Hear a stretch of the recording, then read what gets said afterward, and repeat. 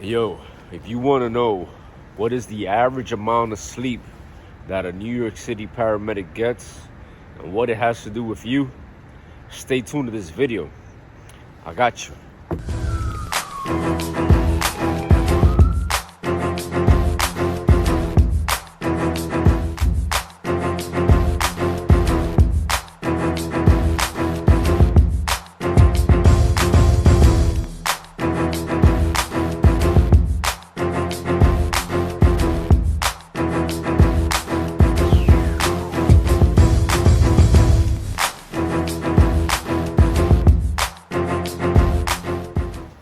So in the majority of cases, paramedics, EMTs, we end up working 1 to 3 jobs, working anywhere between 40 to 70 hours per week, 12-hour shifts, 16-hour shifts, 24-hour shifts, and the sleep is to a minimum.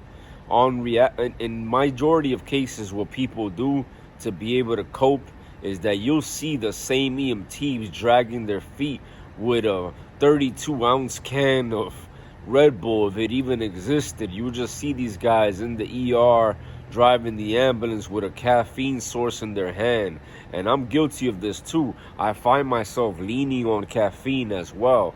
But I also lean on something that's a lot more powerful than the caffeine, and that's positive venting mechanisms. On average, I get anywhere between 4 to 6 hours of sleep. And just to give you a little bit of context on myself, I own a business. I have 3 kids. I'm married. I'm the head of the household. Everything falls on my shoulders. And remember, my people, shoulders are made to bear weight and hips are made to bear children. I feel at times that I have the weight of the world on my shoulders, and it's all good because I'm ready to handle it, and I'm handling it right now, currently. And what does this have to do with you? You need to understand that as a man, you're supposed to be sacrificial. You're supposed to go in and not come out until you do everything you're supposed to do for your family and for yourself and for your dreams. And that's that dream that they sold you, that you need to get 8+ hours of sleep per day, is a myth. Understand this, my people.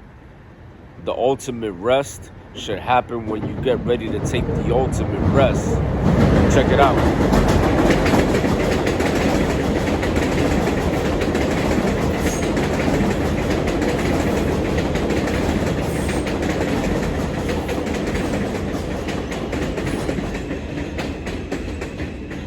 What I mean is, rest when you die.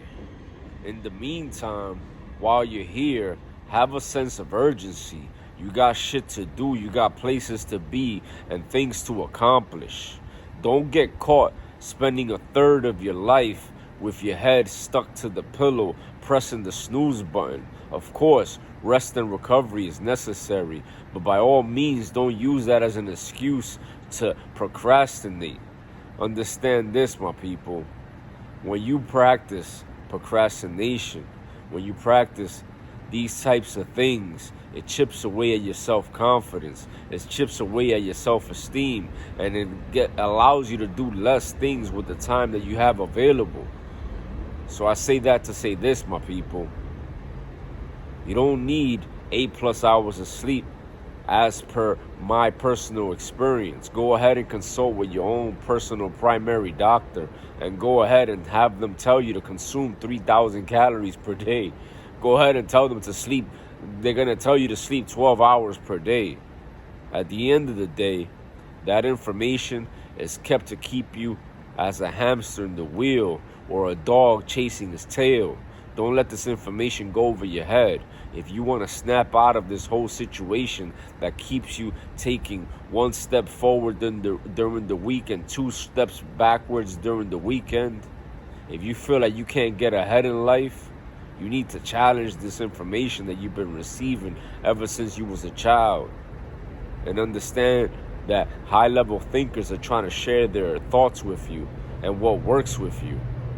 But we're tired of begging you to do what you're supposed to do.